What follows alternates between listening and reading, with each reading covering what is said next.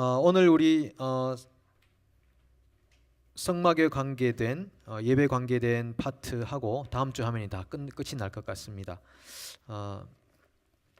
바로 우리 본문으로 들어가서 함께 은혜를 나누도록 하겠습니다.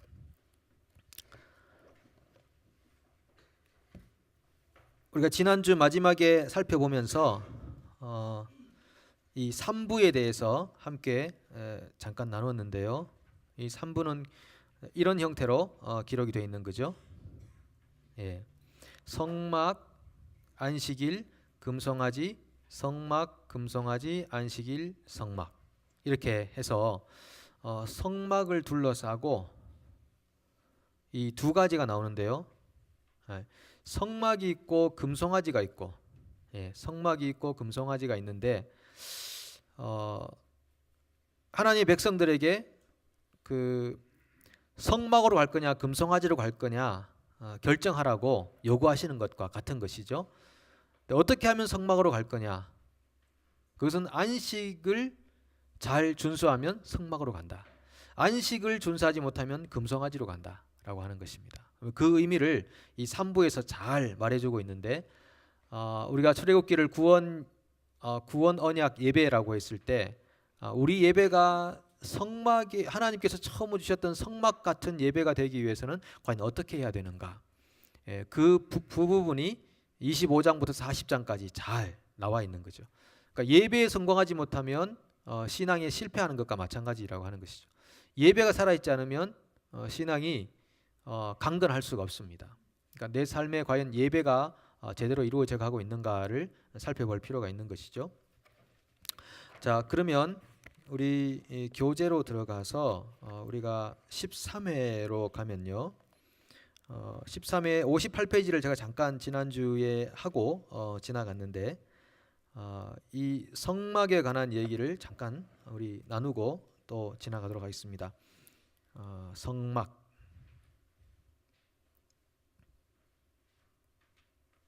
성막을 회막이라고도 부릅니다. 그러니까 사람들 입장에서 볼 때는 사람들이 모이는 곳이니까 회막이라고 이렇게 부르는 것이죠. 이 성막은 오늘 우리들에게 무엇을 말씀하고 있는가? 이 성막이 있다면 하나님께서 이곳에 지성소가 있고 성소가 있는데 이곳에 임재하신다.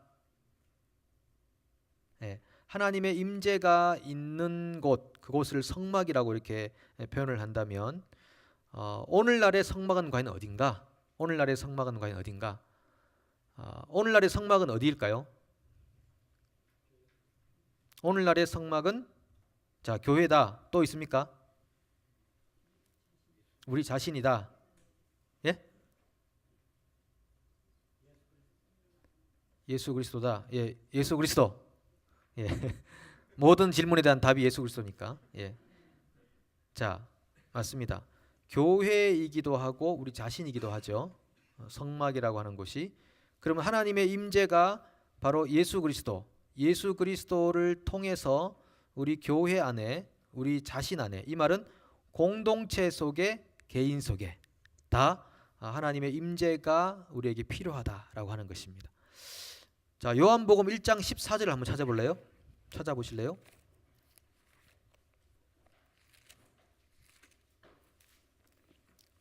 여러분이 암송하시는 말씀이기도 합니다. 요한복음 1장 14절.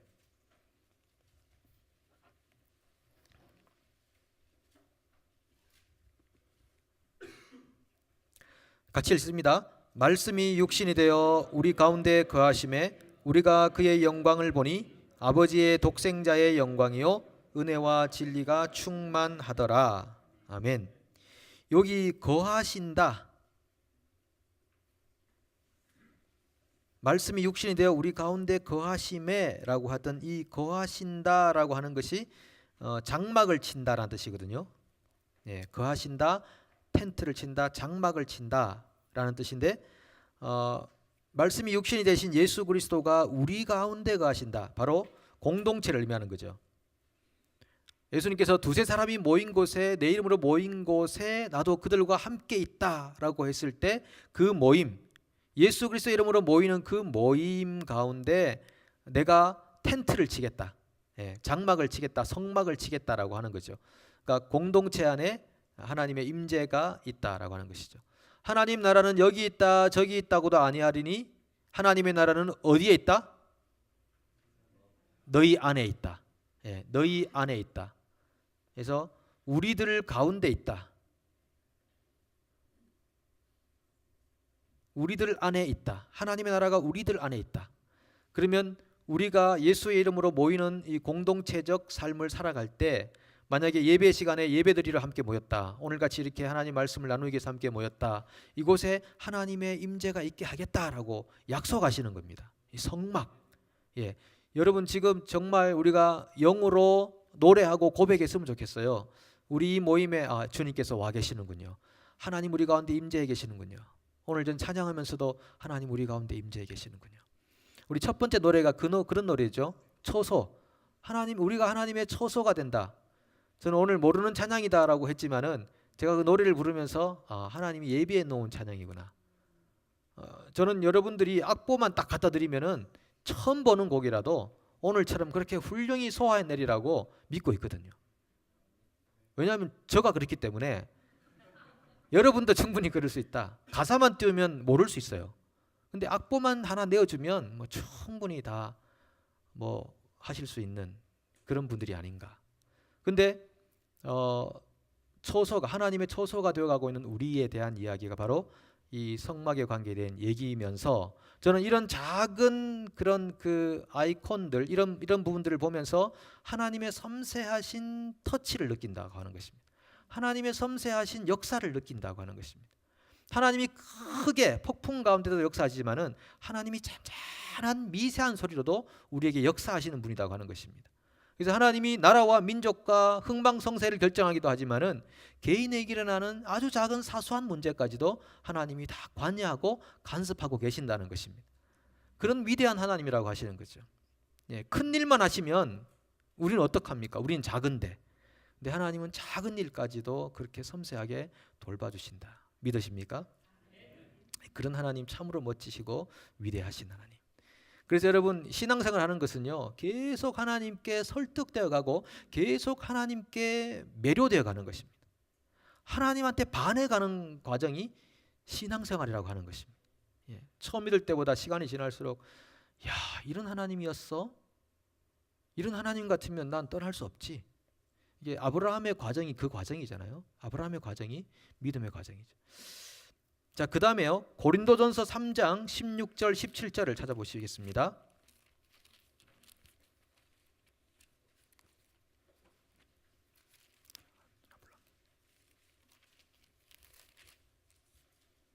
고린도전서 3장 16절 17절. 자, 같이 읽습니다. 너희는 너희가 하나님의 성전인 것과 하나님의 성령이 너희 안에 계시는 것을 알지 못하느냐?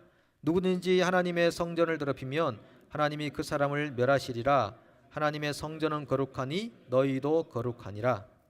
여기 보면 너희 자신들이 하나님의 성전인 것, God's temple인 것을 알지 못하느냐?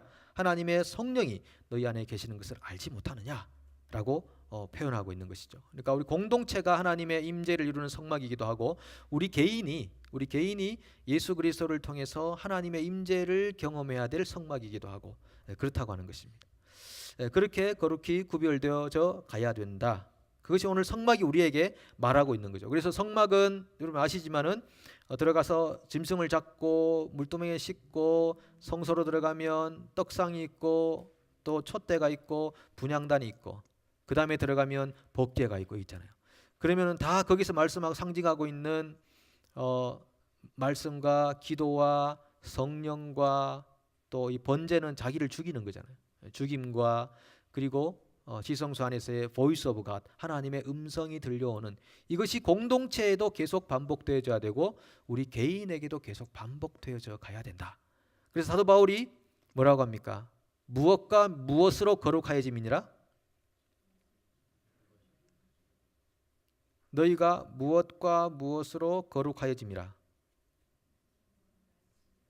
네?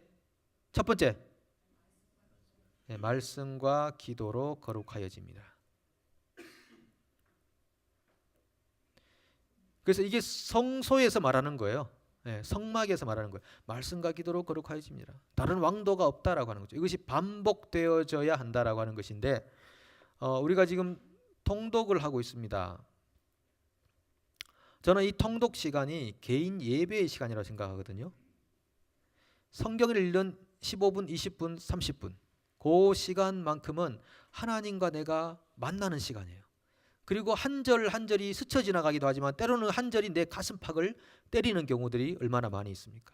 그러면서 하나님 앞에 다시 나를 생각하게 되는 것이고 그것이 예배가 되는 것입니다. 그리고 그것이 모이면 그룹으로 모이면 공동체적 예배가 되는 것입니다. 그룹으로 모이면 혼자 하다 보면 굉장히 실패하기가 쉬운데 그룹으로 하면은 얼마나 또 큰 힘이 됩니까? 그래서 여러분 이제 평생 각오하시고 죽는 날까지 내가 통독한다. 그래서 개인 예배 드리겠다. 예. 짧은 거는 10분이면 또 읽을 수도 있잖아요. 그러니까 하루에 내가 24시간의 시간 중에 8시간, 4시간으로 충분히 잠자고 그 다음에 16시간이 있다고 할 때 16시간 중에 20분, 30분을 주님께 못 드리겠냐라고 하는 것이죠. 예. 그러니까 아예 작정하시고 내가 평생 주님이 나를 부를 때까지 그럼 혹시 또 빨리 부르기를 원하는 분이 계실지 모르겠지만 주님이 나를 부를 때까지 나는 평생 이게 시편 같은 데 보면 내가 주의 말씀을 묵상한다고 그러잖아요. 이 묵상한다고 하는 것이 작은 소리로 읊조린다는 뜻이거든요. 근데 이제 우리가 큐티 한다고 해서 말씀 묵상도 참 좋아요. 좋은데 잘못하면 큐티를 자기식으로 다 적용을 시켜버려서 성경이 원래 말하고자 하는 것을 제대로 적용 못하는 경우들이 있어요. 물론 안 하는 것보다 낫겠지만 근데 우리가 말씀을 작은 소리로 읊조리면서 통독하면서 계속 그것이 내 삶 안에 하나님의 은혜의 이슬이 계속 내리게 되고 분명히 여러분 저는 확신하는 것은요. 우리가 한독을 해나갈 때마다 하나님이 우리 안에 새로운 창조 역사를 쓰실 겁니다. 우리 개인 안에 가정 안에 공동체 안에 반드시 그런 걸 쓰실 거예요. 저는 하나님의 손이 나타나서 메네메네 데겔 오브라신 했던 하나님의 손의 역사를 믿고 있거든요. 하나님이 오늘도 그런 일을 하고 계시다고요. 그래서 분명히 하나님이 우리 안에 놀라운 일을 주시겠다. 그런 담대한 믿음이 있습니다. 여러분 믿으십니까? 예, 그런 믿음으로 우리 전진하고요. 그리고 여러분 보십시오. 하나님이 이 공동체 안에 간다. 예수 그리스도를 통해서. 그리고 우리 개인 안에 간다. 오케이. 그러면 하나님은 이 천지에 거하시지 않은가? 하나님은 온 천지에 다 계시겠죠. 창세기 1장 2장이 그걸 우리에게 보여주시는 거죠. 하나님이 별도 만드시고 땅도 지으시고 바다도 만드시고 짐승도 만드시고 다 만들었다 라고 하시면서 이사야 66장 1절을 한번 가보실래요? 이사야 66장 1절.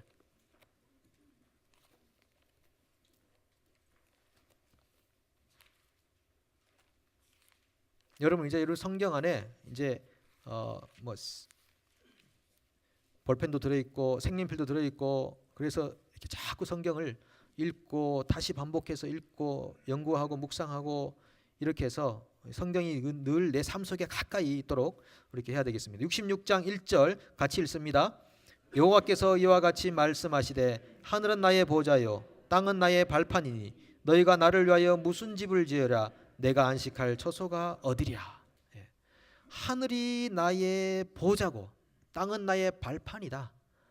하나님이 이 건물로 보이는 이 건물에 갇혀 계시느냐? 아니다는 것이죠. 하나님이 이 온 천지와 우주를 하나님이 거하시는 공간으로 삼으신다라고 하는 것입니다. 하나님은 무소부재 어디 계시고 어디나 계시고 특별히 예수 그리스도를 통하여 함께 모이는 무리들 안에 우리 개인 안에 거하신다 하는 이 성막의 의미를 우리가 잘 이해해야 되겠습니다. 자, 그러면 넘어갑니다. 바로 우리 14회로 넘어갑니다.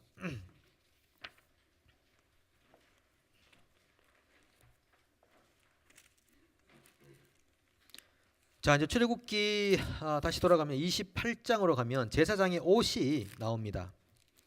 성막에 관련된 일들을 쭉 하시다가 제사장의 옷은 이렇게 해라라고 하는 점. 거기 교재에 보시면 제사장 아론은 8가지 겹의 옷으로 하고 그리고 일반 제사장은 4가지 겹의 옷으로 입어야 된다. 그러니까 제사장의 옷이 굉장히 화려했어요. 굉장히 화려했죠. 화려한 것은 과시가 아니라 하나님의 영광을 나타내기 위해서 하나님이 명령하신 것입니다. 하나님이 고급스럽게 만드신 것입니다. 예를 들면 제사장이 옷 입고 나가는데 누더기 같이 이렇게 나가 보십시오. 그러니까 하나님의 영광을 담지해서 나타내고 반사시켜야 할 사람이 가지고 있는 시선으로 볼 때도 남루하다면 어떻게 하나님의 영광을 우리가 나타내겠느냐. 구약에서는 특별히 이런 그 눈에 보이는 그 손에 잡히는 현실적인 부분들이 많이 거룩으로 표현되어 있기 때문에 이 옷을 화려하게 만드셨다고 하는 것이죠. 그리고 중요한 것은요, 제사장이 이렇게 있다고 할 때요.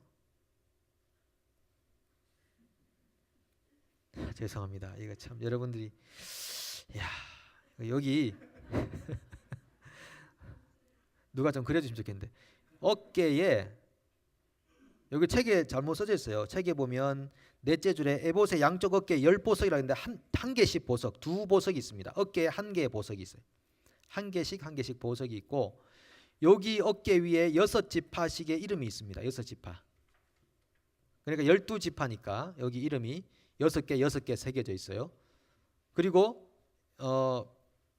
제사장이 입는 이 가슴 덮개 옷, 흉패에 보면 이 흉패에도 3줄씩 하나 둘 셋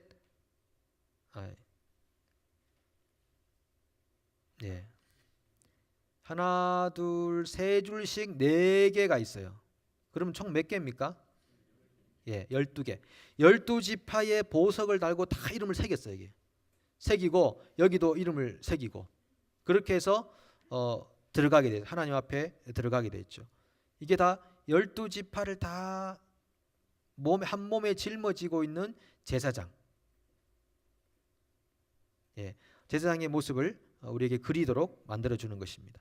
그리고 이 에봇이라 그러죠. 에봇에 그렇게 달려 있고, 흉패, 이 가슴에 다는 장식품이 있는데 이렇게 더 붙여서 여기에는 우림과 둠밈이라고 하는 판결 장치를 넣어놨다라고 하는 것입니다. 돌 같은 거겠죠. 거기다 넣어놓고 그것으로 하나님의 뜻을 물을 때 그것을 사용해서 하나님 앞에 나아갔었다라고 하는 것이죠. 하나님 어떻게 할까요? 이렇게 할까요? 저렇게 할까요? 라고 기도한 후에 마치 제비를 뽑듯이 하나님께 물어서 하나님의 응답을 받는 그런 도구로 사용이 됐었다라고 하는 거죠. 요즘도 그럴 수는 있습니다. 그러나 요즘은 그것을 많이 장려하지는 않죠. 볼펜 굴려서 하나님 A 나오면은 제가 가고요, B 나오면은 설게요. 이런 거는 사실 좀 위험할 수 있습니다. 어떤 경우는 그것을 하나님께서 사용하실 수도 있겠죠. 안 된다, 아니다라고는 못하겠지만 어쨌든 하나님의 뜻을 구하는 것이 참 중요한 요소였기에 우림과 둠밈이라는 도구를 두셨다. 그리고 대제사장은 방울을 달고 들어갔어요. 방울을 달고 들어가서 제사에 전념했습니다. 이 방울은 하나님과 인간의 화평이라는 소리였습니다. 하나님과 인간이 화평하다고 하는 소리였어요. 만약에 방울이 딱 소리가 끊기잖아요. 소리가 안 나죠. 그러면 인간이 하나님과의 관계에 문제가 생겼다라고 하는 신호였죠. 그 신호는 대제사장이 죽었다는 신호죠.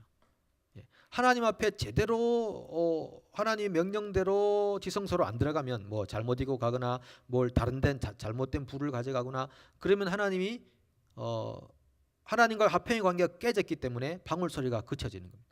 그러니까 방울 소리가 달랑달랑 난다는 것은 하나님과 인간이 여전히 화평의 관계 속에 있다는 걸 보여주는 상징의 소리였다라고 하는 것이죠. 자, 그러면 출애굽기 28장 그 내용들을 한번 잠깐 보겠습니다.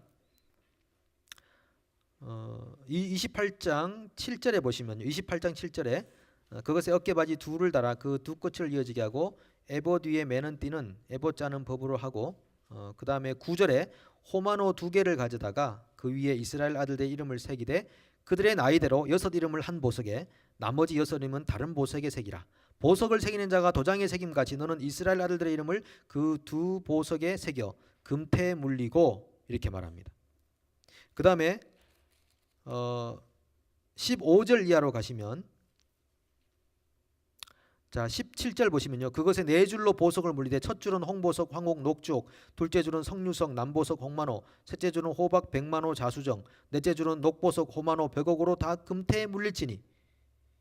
요 중에 여러분들 가지고 계신 보석 있으십니까? 천국 가면은 이게 저기 아마 하나의 일불에 다 사실 수 있는 보석들일 겁니다. 이 보석들은 이스라엘 아들들의 이름대로 12이라 보석마다 12지파의 한 이름씩 도장을 새기는 법으로 새기고 이렇게 말하죠. 이름을 다 보석에다가 새겨라 라고 말합니다. 자, 그 다음 29절에 가면 아론이 성소에 들어갈 때는 이스라엘 아들들의 이름을 기록한 이 판결 흉패를 가슴에 붙여 여호와 앞에 영원한 기념을 삼을 것이니라. 너는 우림과 둠밈을 판결 흉패 안에 넣어두어 아론이 여호와 앞에 들어갈 때 그의 가슴에 붙이게 하라. 아론은 여호와 앞에서 이스라엘 자손의 흉패를 항상 그의 가슴에 붙일지니라. 예, 이스라엘을 가슴에 안고 살아야 되는 제사장이라고 하는 것이죠. 우리는 신약적으로 볼 때 다 제사장들이잖아요. 우리도 우리 가슴에 가정을 품는 것입니다. 공동체를 품는 것입니다. 이 소사이어티를 품는 것입니다. 민족을 품는 것이고 열방을 품는 것입니다. 품는 것이 넓으면 넓을수록 여러분의 가슴이 넓은 것입니다. 네, 하나님이 우리를 그 정도로 부르셨습니다. 하나님 우리를 부르실 때, 교회를 부르실 때, 크리스찬들을 부르실 때 사소하게 자기들 눈앞에 보이는 이익만을 위해 살도록 부르신 게 아니고 멸방과 민족을 품도록 부르셨습니다. 스케일이 크십니다. 하나님은 그런 분이십니다. 하나님 우리를 그렇게 부르셨는데 우리가 제대로 응답하면 우리는 큰 사람이 되는 것입니다. 열방을 품는 사람이 되는 거라니까요. 열방을 품는 사람들이. 우리가 기도하는 분량만큼이 우리의 인생의 크기라고 하는 것입니다. 과연 우리는 무엇을 위해 기도하고 어디에 관심이 있고 어떤 분야에 내 열정을 쏟아내고 있습니까? 우리가 쏟아내는 만큼 하나님 우리에게 이만한 분량을 허락하셨는데 우리가 하기에 따라서 아주 사소한 인생을 살 수도 있고 하나님 아니면 굉장히 큰 스케일 큰 인생을 살아갈 수 있는 것입니다. 우리에게 그렇게 요구하시고요. 그리고 33절에 가면 그 옥 가장자리로 돌아가며 청색, 작색, 홍색 실로 석류를 수놓고 금방울을 간격을 두어 달되 그 옥 가장자리로 돌아가며 한 금방울 한 석류 한 금방울 한 석류가 있게 하라. 아론이 있고 여호와를 섬기러 성소에 들어갈 때와 성소에서 나올 때에 그 소리가 들릴 것이라. 그리하면 그가 죽지 아니하리라. 예. 또 순금으로 패를 만들어 도장을 새기는 법으로 그 위에 새기되 여호와께 성결이라고 새겨서 그 패를 청색끈으로 관 위에 매되 곧 관 전면에 있게 하라. 이 패를 아론의 이마에 두어 이마에다가 여호와께 성결이라고 새긴 것을 두라는 것이죠. 패를 만들어서 이스라엘 자손이 거룩하게 드리는 성물과 관련된 죄책을 담당하게 하라. 그 패가 아론의 이마에 늘 있으므로 그 성물을 여호와께서 받으시게 되리라. 예, 그렇게 하나님께서 명령하셨습니다. 자, 그 다음에 29장에는 제사장 직분 위임식이 있습니다. 직분 위임식이 있습니다. 직분 위임은 7일간 진행하게 되어 있고요. 그 다음에 29장 3절을 보시면은 짐승이 3마리 나옵니다. 어떤 짐승이죠? 예, 수송아지 1마리, 양 2마리. 예, 양 2마리가 나옵니다. 3마리의 짐승이 나오는데요. 수송아지 1마리는 거기 책에 나와 있습니다. 속죄제를 위해서 드려라. 대속하는 거. 그 다음에 양 2마리는 하나는 번제, 하나는 화목제를 위해서 드려라. 대속을 받고 헌신과 평화의 상징으로서 양을 하나님께 바쳐라 라고 말씀하고 있습니다. 자, 그렇게 하고 자, 그게 계속 기록되어 있는 것이고요. 기록되어 있는 것이고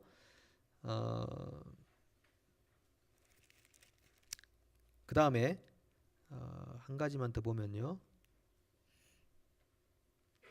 35절에 가시면은 너는 내가 내게 한 모든 명령대로 아론과 그의 아들들이 그같이 하여 이레 동안 위임식을 행하되 매일 수송아지 하나로 속죄하기 위하여 속죄제를 드리며 또 제단을 위하여 속죄하여 깨끗하게 하고 그것에 기름을 부어 거룩하게 하라. 너는 이레 동안 제단을 위하여 속죄하여 거룩하게 하라. 그러면 지극히 거룩한 제단이 되리니 제단에 접촉하는 모든 것이 거룩하리라. 38절 네가 제단 위에 드릴 것은 이러하니라. 매일 1년 된 어린 양 2마리니 한 어린 양은 아침에 한 어린 양은 저녁 때에 드릴지며 자, 매일매일 어떻게 하느냐면은 아침 저녁으로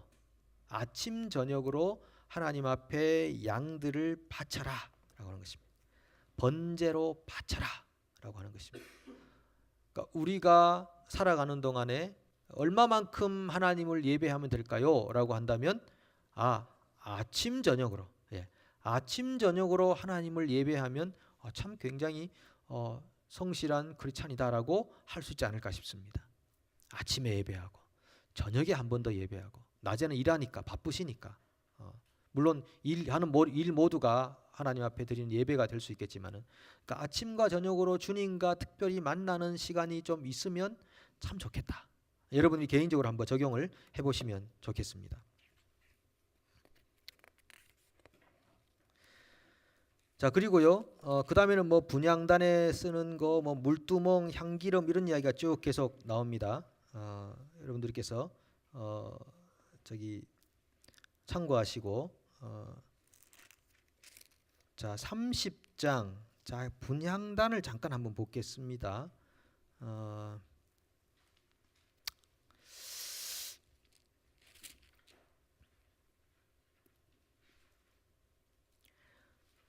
이 분향단이 상징하는 것이 여러분 뭐라고 그랬습니까?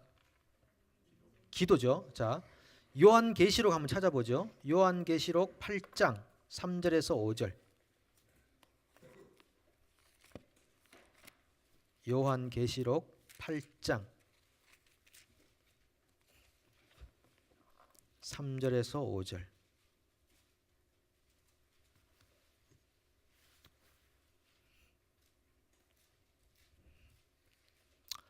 자, 같이 한번 읽어보겠습니다. 또 다른 천사가 와서 제단 곁에 서서 금 향로를 가지고 많은 향을 받았으니 이는 모든 성도의 기도와 합하여 보좌 앞 금 제단에 드리고자 함이라.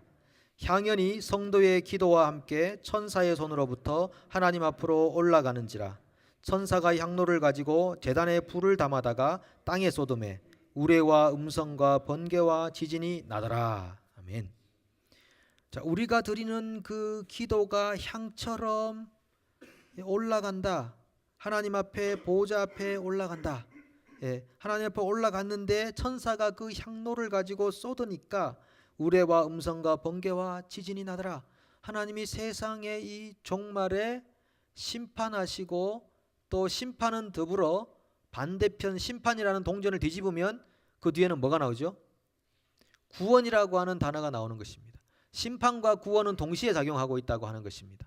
그래서 하나님 앞에 드리는 이 분향단의 기도가 향처럼 하나님 앞에 올라갈 때 천사가 그것을 쏟음으로써 심판과 구원을 완성하시는 하나님의 때가 우리에게 도래한다라고 말씀하고 계신 거죠. 그것은 우리가 항상 예언은 2차적으로 본다고, 우리 가까운 미래와 먼 미래를 본다고 생각한다면 오늘 우리 일상적인 삶 안에서도 우리가 드리는 기도가 하나님께 상달되어서 그것이 응답되어서 우리에게 구원으로 다가오고, 그리고 하나님 이 땅에 공의와 정의를 이루시는 정의자 심판자로서 역사하게 되는 것이고, 그리고 나아가서 예수께서 다시 오시는 세컨드 커밍, 이 재림의 시간에 하나님이 우리를 완전히 구원하시는 때에 기도가 재료로 사용된다라고 하는 것입니다. 여러분 얼마간 하나님과 교제하는 가운데 있습니까? 얼마간 기도하는 가운데 있습니까? 인간은 본성적으로 기도하기를 싫은 마음이 있습니다. 인간은 본성적으로 기도하기를 싫은 마음이 있어요. 어떤 그 한국의 어떤 목사님이 며칠 기도를 했다 그랬죠. 어쨌든 굉장히 오랫동안 기도를 하고, 예를 들면 정확하진 않지만 300일을 기도했다. 매일 몇 시간씩 300일을 기도했다. 그리고 한 2주를 쉬어야지라고 했을 때 2주간 기도가 안 되더라고 하는 것입니다. 그걸 그분이 경험하고 깨달은 게 뭐냐 하면, 인간은 기본적으로 기도하기를 싫어하는 마음이 있다. 기도를 거부하는 마음이 있다. 인간 속에. 그런 것입니다. 여러분 얼마나 하나님 앞에 마음이 열려 계십니까? 우리가 기도라고 하는 것이 일정한 장소에서 하는 기도도 중요하겠지만은 얼마나 24시간의 인생을 사는 동안 얼마나 주님 앞에 열려 있는 삶으로 살아가시냐라고 하는 것이죠. 하나님께서 에덴 동산에 오셔가지고 아담아, 아담아 어디 있느냐 찾으셨습니다. 아담은 기도가 싫었습니다. 그래서 나무 뒤에 숨었습니다. 죄 지은 인간이 가장 먼저 하는 것은 기도하기를 싫어하는 것입니다. 그 전에 얼마나 하나님하고 대화를 잘했습니까? 하나님 이렇습니다. 하나님 저렇습니다. 얼마나 친밀감을 가지죠. 그런데 죄를 딱 짓는 순간에 하나님 앞에 나가는 기도가 막혀버렸죠. 그 숨는다고 하는 것입니다. 이게 인간이 가지고 있는 그런 속성, 죄인이 가지고 있는 속성인데 하나님이 우리를 정말 우리가 하나님 앞에 설 때 하나님 저는 아무것도 하나님 앞에 가릴 것이 없습니다 라고 하는 그런 완전 오픈된 마음으로 우리가 하나님과의 교제의 삶을 살아간다면 그 얼마나 아름다운 인생이 되겠는가라고 하는 것입니다. 그것이 하나님 앞에 간절한 기도가 되어서 올려질 때 하나님께서 이 땅을 지금 속히 구원하시고자 하는 마음이 하나님의 마음이거든요. 하나님이 이 땅이 막 이렇게 어지럽고 힘들게 성도들이 살아가는 것을 원하지 않습니다. 여기서 말하는 힘들다는 것은 육체적인 힘든 것도 있을 수 있고 그리고 이 환경 자체가 우리를 영적으로 살지 못하도록 방해하기 때문에 하나님의 사람들이 얼마나 고통을 당합니까? 사도 바울이 했던 것들은 공고한 사람이로다. 내가 정말 이렇게 힘이 들구나. 하나님의 사람으로 살기가 이렇게 힘이 들구나. 잠시 잠깐만 눈을 팔면은 벌써 죄 가운데 거하고 있고 선한 삶을 살고자 하는 악한 것이 나를 괴롭히고 있고 선한 말을 하고자 하는데 내 속엔 또 악한 말을 하고자 하는 것들이 반영되고 있고 이런 곤고함을 가지고 살아가는 그 모습을 하나님께서 뭐 춤추시겠습니까? 그렇지 않습니다. 빨리 속히 구원하고 싶은데 이 구원에 하나님의 구원에 동참하는 방법이 뭐라고요? 기도라고 하는 것입니다. 기도. 우리 다음 주에 특별 새벽 기도회 하는데 1년에 2번이잖아요. 여기 계신 분들은 제가 볼 때는 다 나오실 분들이에요. 더 이상 드릴 말씀이 없습니다. 다 나오셔서 우리 기도하고 특별 새벽 기도회만 아니라 우리가 평상시에도 늘 하나님과 교제하는 그런 시간이 계속 잘 이어져 가서 이 분향단이 상징하고 있는 그 삶이 우리에게 이루어졌으면 좋겠습니다. 기도하는 삶이 풍성하지 않으면 영성이 안 생깁니다. 여러분 아시죠? 영성이 안 생깁니다. 우리가 정말 말씀으로 바로 서기 위해서 얼마나 애를 쓰고 있습니까? 거기에 이렇게 하면 좋을 것 같아요. 저도 성경 통독을 하면서 굉장히 은혜를 많이 받고 있어요. 통독을 하면서 하나님 이 시간이 너무 귀중합니다. 이렇게 우리 성도들도 이 시간을 절대 놓치지 않도록 하시고 형식적이 아니라 정말 주님과 인격적인 만남이 있도록 도와달라고. 그렇게 개인 예배가 다 이루어진다고 하면 놀라운 일입니다, 여러분. 정말 놀라운 일이에요. 우리 성도님들 300명이 만약에 개인 예배를 다 그렇게 드린다. 하루에 몇십 분씩이라도 굉장한 영적 변화를 일으키는 재료가 될 수 있는 것이거든요. 그러니까 성경 통독을 하다 여러분들에게 주어지는 말씀이 다가오는 구절이 있잖아요. 한 구절 좋습니다. 그 구절을 가지고 기도하십시오. 내가 오늘 읽은 이 구절, 그가 그의 말씀을 보내어 그들을 고치시고 위험한 지경에서 건지시는도다. 하나님 오늘 내게 말씀을 주십시오. 나를 고쳐주십시오. 나를 위험한 지경에서 건져주십시오. 이렇게 1분, 2분을 기도하는 삶이 반복된다 생각해 보십시오. 하루에 2분이 모여서요. 일주일이 14분 되고요. 한 달이면 얼마 됩니까? 42분이 420분 아니 56분 자 없던 걸로 하고요. 굉장한 시간이 저축되는 겁니다. 여러분 향이 하나님께 올라간다는 향이 계속 올라가서 그 향이 다 찼다. 성도들의 기도가 향에 다 찼다. 이거는 양을 의미하는 거잖아요. 그러면 우리가 하는 기도가 헛된 게 아니다는 거죠. 우리 저녁에 기도할 거죠. 그리고 개인으로 기도하죠. 특별 새벽 기도 기도하죠. 평상시에 기도하죠. 기도하는데 별로 의미가 없다. 이게 아니라 그 기도가 다 향이 되어서 그 향단을 채우고 있다는 것입니다. 그 양이 다 차면은 천사가 와서 부어버린다는 거죠. 그러니까 우리가 하는 기도가 절대 의미 없는 기도가 아닙니다. 허공을 치는 기도가 절대 아닙니다. 여러분 오늘 저녁에 드리는 기도 제목이 혹은 여러분의 삶과 좀 동떨어진 내용이 있을지 모르겠습니다. 그러나 그만큼 우리의 삶의 지경이 넓어지는 것입니다. 그래서 기도로 계속 나가다 보면요. 하나님이 은혜를 부어주셔요. 기도가 충만해지기 시작하면요.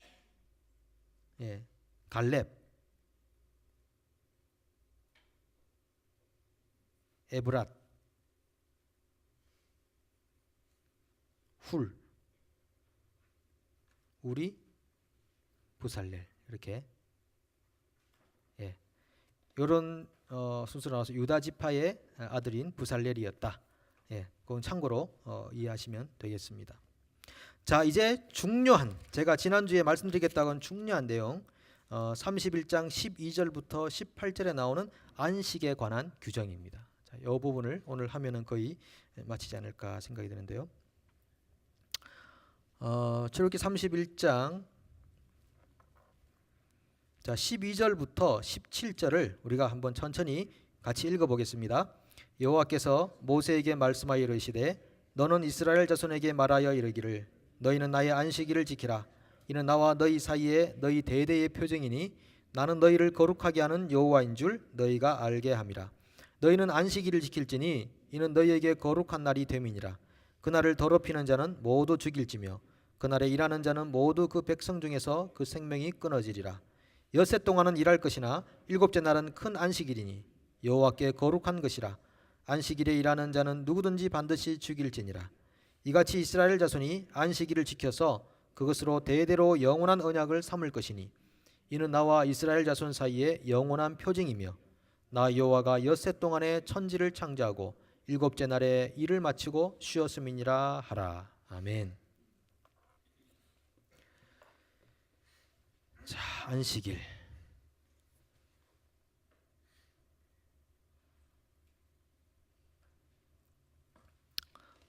여러분들에게 먼저 여쭤보면 여러분 마음에 안식이 있으십니까? 마음에 안식이 있으십니까? 다시 말해 마음에 쉼이 있으십니까?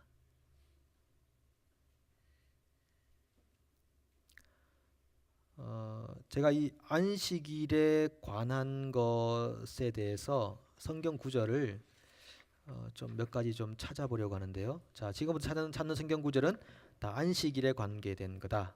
자, 먼저 한번 적어 볼게요. 창세기 2장 1절 2절, 출애굽기 20장 8절에서 10절, 신명기 5장 12절에서 15절, 그 다음에 이사야 66장 22절에서 23절, 에스겔 20장 10절 이하. 자, 이렇게 5개 한번 찾아볼게요. 창세기, 자, 성경줄 다시 펴시고 2장 1절과 2절 한번 펴보십시오.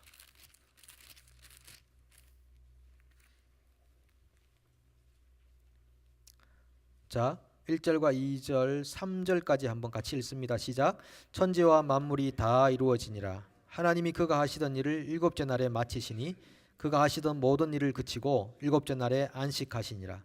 하나님이 그 일곱째 날을 복되게 하사 거룩하게 하셨으니 이는 하나님이 그 창조하시며 만드시던 모든 일을 마치시고 그날에 안식하셨음이니라. 자, 하나님께서 안식하셨단 말이죠. 예, 하나님의 안식.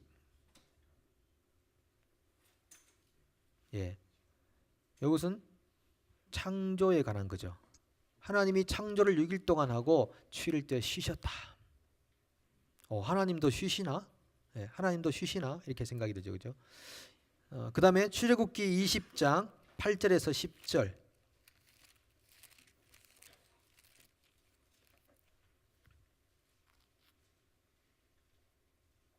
자, 같이 읽습니다. 시작. 안식일을 기억하여 거룩하게 지키라. 엿새 동안은 힘써 내 모든 일을 행할 것이나 일곱째 날은 내 하나님 여호와의 안식일인즉 너나 내 아들이나 내 딸이나 내 남종이나 내 여종이나 내 가축이나 내 문 안에 머무는 객이라도 아무 일도 하지 말라. 11절. 이는 엿새 동안에 나 여호와가 하늘과 땅과 바다와 그 가운데 모든 것을 만들고 일곱째 날에 쉬었음이라. 그러므로 나 여호와가 안식일을 복되게 하여 그날을 거룩하게 하였느니라. 예. 이것도 우리 인간들에게 안식을 명령하죠. 왜? 하나님께서 쉬셨으니까. 요 창조에 관련된 부분으로 하나님께서 쉬셨으니까 하죠. 출애굽기와 신명기는 지금 십계명에 관계된 얘기입니다. 예. 십계명이 2번 기록되어 있는데 출애굽기하고 신명기에 모세가 2번 기록했는데 여기 안식하라고 했던 이유가 조금 달라요. 자, 그러면 신명기 5장을 한번 보시겠습니다.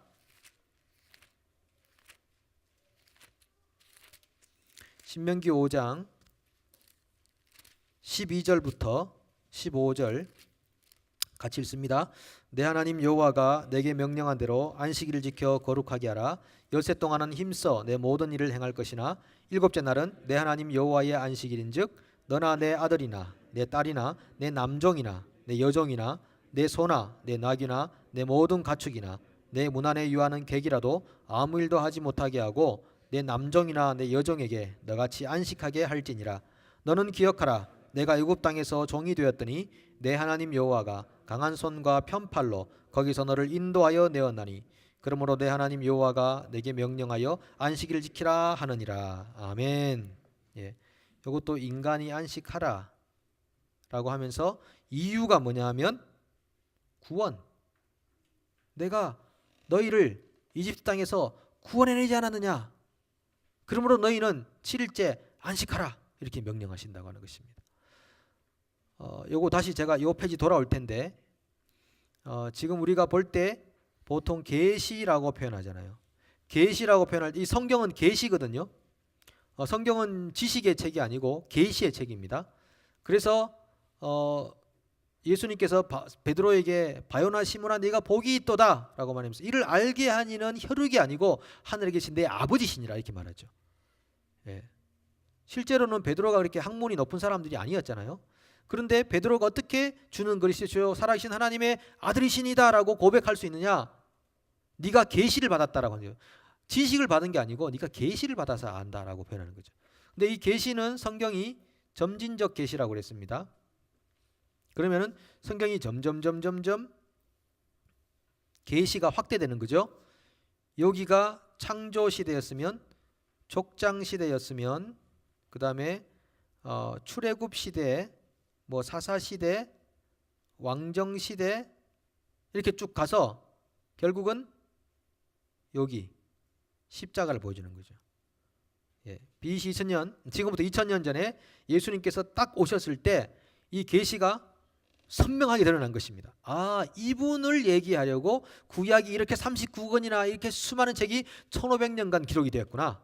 이분 얘기하려고 이분이 하나님 계시의 결정체라는 것을 말하려고 이렇게 다양한 방법으로 사사들을 통해서 왕을 통해서 선지자를 통해서 제사장을 통해서 족장을 통해서 이런 여러 가지 시대와 변천하고 있는 문화들을 거쳐서 결국 이분을 얘기하려고 하셨구나 라는 것을 알게 되는데 이 예수님이 오신 이후로는 계시가 종결됐기 때문에요. 똑같아요. 그래서 세례 요한이 여자가 낳은 자 중에 가장 크지만 천국에서는 어떤 사람도 세례 요한보다 크다고 그랬죠. 작은 자라도. 세례 요한은 여기 있는 것입니다. 계시의 바로 그 끝점에 예수님께서 공생의 생활을 시작할 때쯤에 이제 세례 요한이 살다가 죽었잖아요. 그러니까 계시의 바로 그 최마지막에 가장 예수를 많이 보여줄 수 있는 사람으로 이 땅에 태어난 거죠. 그래서 이 땅에 태어난 사람 중에 세례 요한보다 큰 자가 없다라고 할 정도. 그런데 천국에서는 이 천국이라고 표현할 때 이 천국이 예수님 이후의 상황을 말한다고 생각해 보십시오. 그러면 예수님 이후에 왔던 그 어떤 사람도 세례 요한보다 나아요. 왜냐하면 세례 요한은 예수님의 공생애와 십자가를 못 봤어요. 그런데 예수님 이후에 온 사람들은 예수님의 공생애와 기적과 십자가와 부활과 이 역사를 다 보았고 그 시대에 안 살았던 사람들은 성경을 통해 들어서 알고 있는 사람들이에요. 그래서 세례 요한보다 크다고 표현하는 것입니다. 무엇을 기준으로? 계시의 실체인 예수님을 기준으로 생각해서 그렇게 말하는 것입니다. 예수 그리스도를 보았느냐? 너 참 크다. 그러나 너보다 뒤에 온 사람이 더 크다. 그 사람들은 예수님의 죽음과 십자가의 부활과 이런 것들을 다 보았다는 거죠. 네. 근데 지금 안식에 관한 규정을 하면서 처음에는 하나님이 창조했으니까 쉬어라 라고 했죠. 근데 신명기로 가면은 하나님이 구원했으니까 쉬어라. 이것은 계시가 전진을 한 것입니다. 그죠? 왜 우리가 쉬어야 되느냐? 야, 하나님도 6일 동안 일하시고 하루 쉬셨어. 너네도 쉬어. 이렇게 말했죠. 근데 신명기로 가니까 야, 실제로는 단지 쉬는 것을 의미하기보다는 더 중요한 것은 하나님이 너희를 구원하셨기 때문에 너희 스스로 너희를 구원하라고 하던 모든 시도를 끝장내버려. 그리고 하나님이 너희를 구원하신 것에 대한 사실을 믿고 이제는 너희가 쉬어라. 그렇게 표현하시는 것이죠. 예. 너희는 가만히 있어 오늘날 너희를 위하여 행하는 구원하심을 보라. 모세가 홍해 앞에서 얘기하시잖아요. 하나님이 너희를 위해 행하시는 구원을 보라. 너희는 가만히 있어 라고 표현을 하고 계시는 것이죠. 구원을 위한 모든 시도를 버리라고 하는 것이죠. 그리고 예수님께서 수고하고 무거운 짐진 자들아, 마태복음 11장 28절에 다 내게로 오라. 내가 너희를 쉬게 하리라. 우리 주님 앞에 가서 쉬는 것입니다. 주님 품 안에서 쉬는 것이죠. 주님, 제가 한번 잘 살아보려고 그랬고 올바르게 살아보려고 노력했고 사람들한테 손가락질 안 달려고 해봤고 했는데 판판이 깨지고 실패했습니다. 하나님, 저는 도무지 안 되는 사람인가 봐요. 도무지 안 되는 사람인가요? 왜 이렇게 셀피시하죠? 제가. 그러면서 주님의 음성을 듣는 것입니다. 수고하고 무거운 짐진 자들아 다 내게로 오라. 내가 너희를 쉬게 할게. 너희가 내 품 안에 있으면 젖된 아이가 어미 품에서 고요함같이 내가 주 앞에서 평온하기를 원합니다 했던 시편 기자의 고백처럼 네가 내 안에 들어와서 네가 스스로 수고하던 그 모든 것들을 그치고 멈춰라. 그리고 내가 이미 이루어 놓은 이 의를 받아라. 네가 이 의와 접목이 되고 접촉이 될수록 네 삶 안에 율법이 완성되는 역사가 있을 것이다. 하나님이 우리에게 이루고자 하는 일은요, 이 율법 613가지 뭐 제사법 이런 건 아니겠지만 이 하나님의 말씀이 우리의 삶을 통해 성취되게 하실 수 있도록 장치를 만들어 놓았습니다. 그게 뭐냐면 하나님의 의라고 하는 것입니다. 하나님의 의에 접촉되면 될수록 이 땅을 사는 동안 쉼을 얻는 것입니다. 그리고 하나님의 말씀이 성취되기 시작하는 것입니다. 그러니까 우리가 예를 들면은 남을 나보다 낫게 여기라, 존경하라, 선한 말을 하라, 이렇게 할 때 내가 스스로 노력해서 얼마나 이 일들을 행할 수 있겠습니까? 결단하면 할수록요, 꼭 사탄은 그걸 노립니다. 여러분, 만약에 이렇게 은혜 받고 그래, 내가 지금부터 입으로 실수하지 않도록 최선을 다해야 되겠다, 하나님 도와주시옵소서 하고 딱 나가는 순간 남편이 작업 들어옵니다. 머리 모양이 그게 뭐야? 이런 식으로 딱 작업이 들어오죠. 그럼 바로 그냥 열 나고, 머리 뻗치고. 여러분, 그런 거 경험 안 하셨어요? 결단하면 할수록 그 파트에서 사탄이 팍 타고 들어와요. 완전 시험이거든요. 완전 시험이에요. 그래서 넘어져요. 곧바로 쏟아내버린다고요. 내가 잘해보려고 그랬구만. 그러면서 이렇게 쏟아내는 것이죠. 우리 지난주에 목사님은 이 사투리 잘 쓰시더만. 안 먹어볼란 게 그런 소리도 쓰시고 하는데 잘해보려고. 저는 사투리를 다 잊어버렸어요. 이게 너무 오랫동안 그 사투리를 안 써야지라고 하는 이 잠재의식이 있어가지고 사투리가 안 나와요. 큰일 났습니다. 자, 어쨌든 간에 우리가 하나님께서 예수님을 통해 이루어놓은 의를 붙잡으십시오. 하나님, 제가 보니까요, 변변치 않은 사람이었네요. 저는 저한테 굉장히 기대를 걸었는데, 이야, 제가 바닥 보입니다. 주님, 제가 이런 사람인 거 주님 아셨죠? 제가 오늘도 십자가의 의를 붙잡습니다. 주님의 의만이 나의 진정한 의고 내 의는 다 더러운 옷 같다고 이사야가 그랬거든요. 우리 의는 다 더러운 옷 같은데, 누더기 같은데 우리가 이 의 붙잡지 않겠습니다. 제가 선하게 살았던 거, 착하게 살았던 거, 이거 다 붙잡지 않겠습니다. 이건 정말 누더기 같은 것입니다.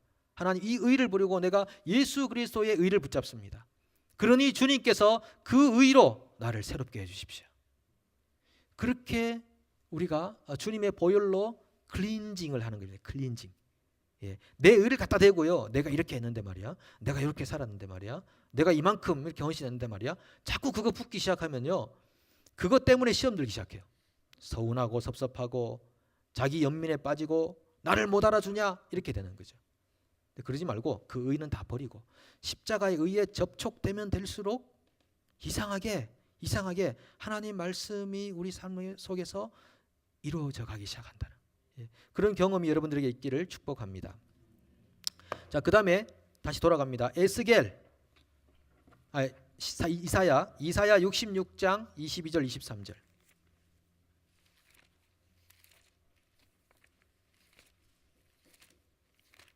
이사야 66장 22절 23절. 이사야의 제일 마지막 예언의 말씀이죠. 자, 함께 읽겠습니다. 내가 지을 새 하늘과 새 땅이 내 앞에 항상 있는 것 같이 너희 자손과 너희 이름이 항상 있으리라. 여호와의 말이니라.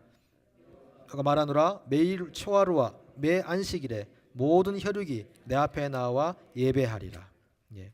이사야가 예언을 마치면서 마지막에 하는 것이 너희가 매 안식일마다 모든 혈육이 내 앞에 나와 예배하리라 라고 합니다. 우리에게 예배를 명령하고 있어요. 안식이라는 것은 하나님을 예배하는 것이다. 조금 더 진전이 되지 않았습니까? 예, 조금 더 진전이 됐죠. 여기서 구원하였기 때문이다. 그래서 안식은 뭡니까? 안식은 하나님을 예배하는 것이다 라고 그렇게 표현합니다. 왜 사람들이 예배를 못합니까? 예배하는 시간이 아까운 것입니다. 그 시간을 하나님께 드리는 게 너무 아까운 것이죠. 그래서 못 드려요. 예. 우선순위가 어디에 있는가를 생각해 보면 못 드리게 되는 경우들이 있습니다. 그러니까 창조했기 때문에 쉬어라. 내가 너희를 구원했기 때문에 쉬어라. 이제 너희가 쉬면서 나를 예배하라. 이렇게 점진적으로 나가는 거죠. 자, 에스겔 20장 10절부터 보세요.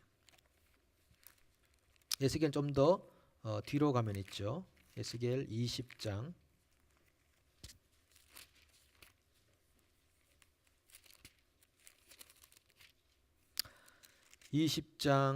10절. 자, 보겠습니다. 10절, 11절, 12절 있습니다.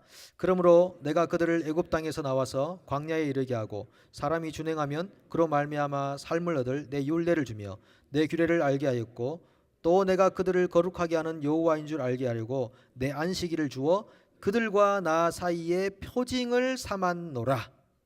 자, 안식이란 것은 하나님과 우리 사이의 표징이다. 하나님과 우리를 구별해 주는 역할을 하는 것입니다.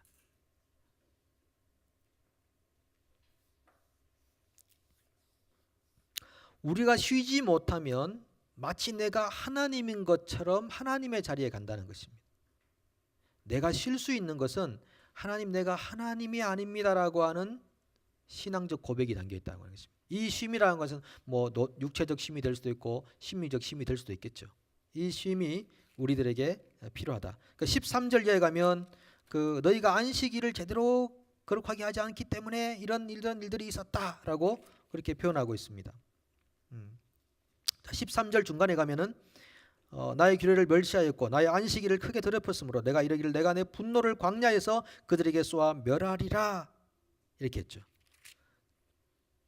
자, 그 다음에 16절에 보면 그들이 마음으로 우상을 따라 나의 규례를 업신여기며 나의 율례를 행하지 않으며 나의 안식일을 더럽혔습니다. 20절 같이 읽습니다. 또 나의 안식일을 거룩하게 할지어다. 이것이 나와 너희 사이의 표징이 되어 내가 여호와 너희 하나님인 줄 너희가 알게 하리라 하였노라. 예, 표징이 된다고 그랬죠. 자, 21절 중간에 나의 안식일을 더럽힌지라 이에 내가 이르기를 내가 광야에서 그들에게 내 분노를 쏟으며 그들에게 내 진노를 이루리라 하였으나 내가 내 이름을 위하여 내 손을 막아 달리 행하였나니 이렇게 말합니다. 하나님께서 스스로 방법을 바꾸셨다라고 말씀하십니다. 자, 그래서 여기 가면 이 안식일은 드디어 하나님과 그러니까 우리를 인간의 자리로 돌아가게 만드는 것입니다. 자, 결국은 인간은 하나님 안에서 안식을 누릴 수 있어야 한다. 그걸 말씀해 주고 있는 겁니다. 자, 그러면 여기까지는 이제 구약에서 말하고 있는 그런 내용들이었다면요. 자, 신약에서 말하고 있는 안식을 우리가 두 가지만 보겠습니다. 로마서 4장 무슨 의미인가? 로마서 4장 4절 5절.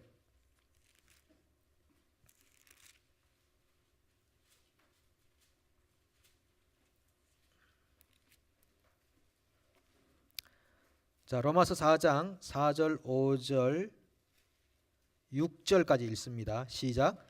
일하는 자에게는 그 삭시 은혜로 여겨지지 아니하고 보수로 여겨지거니와 이를 아니할지라도 경건하지 아니한 자를 의롭다 하시는 이를 믿는 자에게는 그의 믿음을 의로 여기시나니 일한 것이 없이 하나님께 의로 여기심을 받는 사람의 복에 대하여 다윗이 말한 바 7절. 불법이 사함을 받고 죄가 가려짐을 받는 사람은 복이 있나니 복이 있고 주께서 그 죄를 인정하지 아니할 사람은 복이 있도다 함과 같으니라. 여러분 시편에도 나오지만요, 죄 없다 함을 인정받는 것만큼 큰 복이 없다 그랬어요. 그런데 문제는 요즘 이 세상에서 요즘 세상은 일한 것이 없이 보수받는 것을 수치스럽게 생각하는 세상입니다. 내가 무언가를 넣은 것 없이 무언가를 가져온다고 하는 것이 비합리적인로 여겨지는 세상이기 때문에 왜 세상 사람들이 예수 그리스도를 통한 구속과 죄 용서를 못 믿느냐? 너무 간단해서 그래. 너무 쉬워서 그래. 합리적이지 않아서 그런 겁니다. 합리적이지 않아서. 사람들이 콧방귀 뀌는 거죠. 그게 뭐 당신이 한 게 뭐 2000년 전에 그 인간 예수라는 사람이 죽어서 죽은 거하고 당신하고 무슨 상관이 있냐고 이렇게 표현하거든요. 안 믿어요. 그 믿는 사람을 이상하게 생각한다니까요. 심보가 나쁘다고 생각하는 것이죠. 그래서 예수님을 통한 이 구원과 죄 용서를 못 믿습니다. 멀어집니다. 예. 그냥 아주 캐캐묵은 한 인간의 동화라고 생각을 하는 것입니다. 신화라고 생각을 하는 것입니다. 분명히 로마서에서 그랬잖아요. 일한 바도 일을 아니할지라도 경건하지 아니한 자를 의롭다 하시는 믿는 자에게 그 믿음을 의로 여기신다고 그랬죠. 여러분이 의롭게 된 근거가 뭐냐? 이렇게 물으실 때 저는 정말 의롭게 되기 위해서 일한 게 하나도 없고요.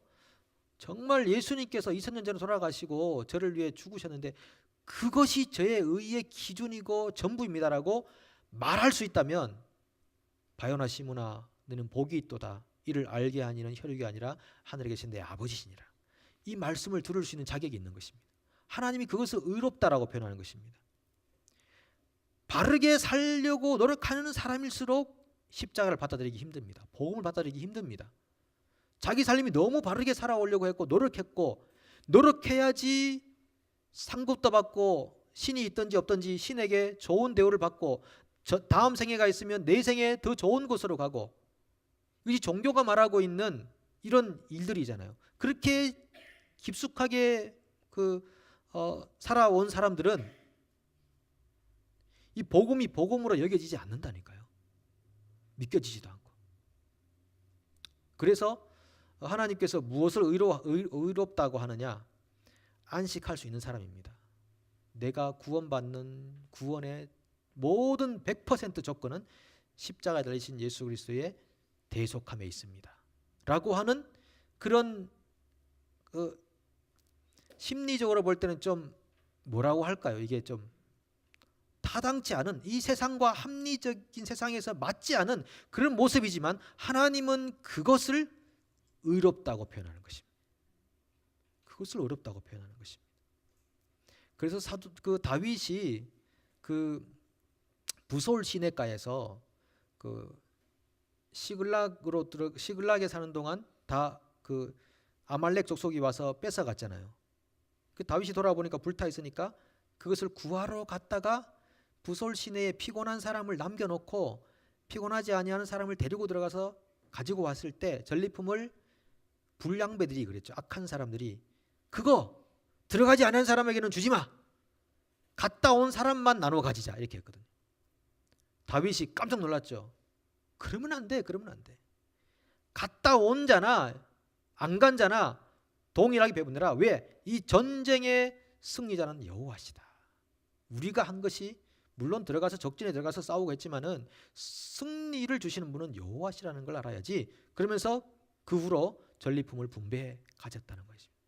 이런 상황들이 결국 우리에게 계시해 주는 것입니다. 아, 일한 것이 없이도 보상을 받을 수 있는 길이 있구나.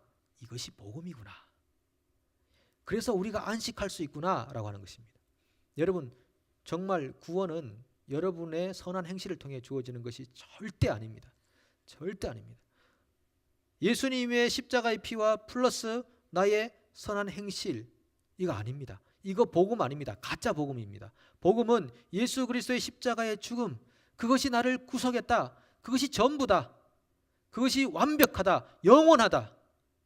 하나님, 나는 아무것도 한 것 없이 예수님 때문에 구원받은 사람입니다. 라고 고백하는 사람이 안식하는 사람입니다. 주님 안에서 안식하는 사람입니다. 자, 마지막 한 가지만 더 찾겠습니다. 히브리서 4장 1절부터 16절인데 다 읽지 못하고요. 히브리서 4장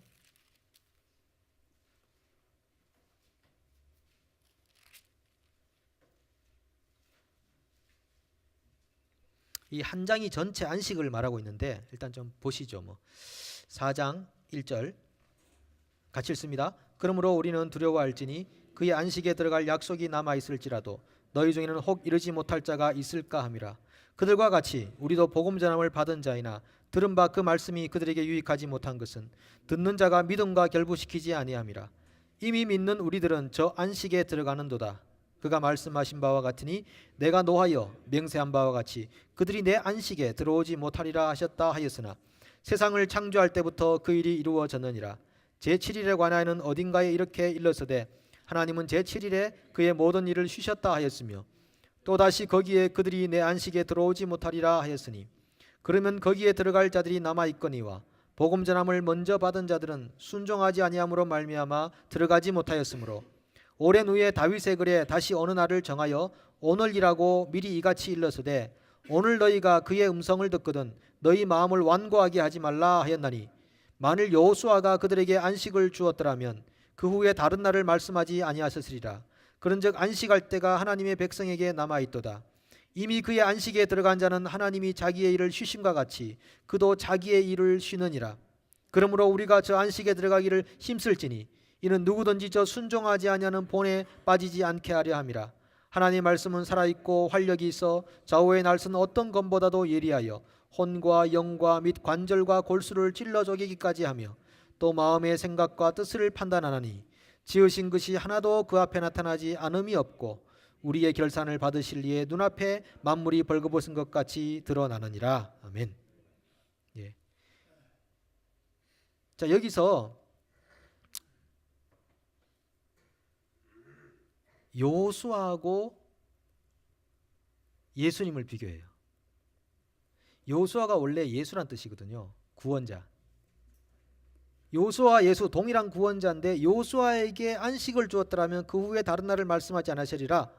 9절에서 그런즉 안식할 때가 하나님의 백성에게 남아있도다. 10절 중요하죠.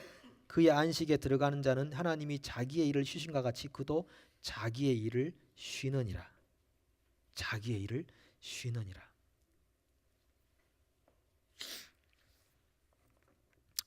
여러분 어떻게 쉬시겠습니까? 자기의 일을 쉬느니라.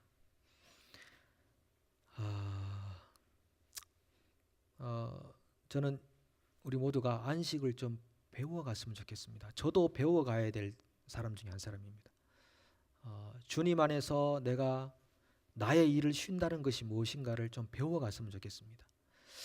그 중에 하나만 제가 말씀드리면은 이 존 레녹스라는 사람이 이렇게 말했습니다. 사람은 누구나 성취와 공로를 추구하며 살게 되어 있다. 내가 뭔가를 성취했다라고 하는 그 성취욕이 우리 인생 안에 불붙고 있다라고 하는 것입니다. 근데 그것 때문에 욕심이 되고 욕망이 되어서 안식하지 못하는 경우들이 많이 있습니다. 성취 때문에. 또 하나는 공로라고 하는 것입니다.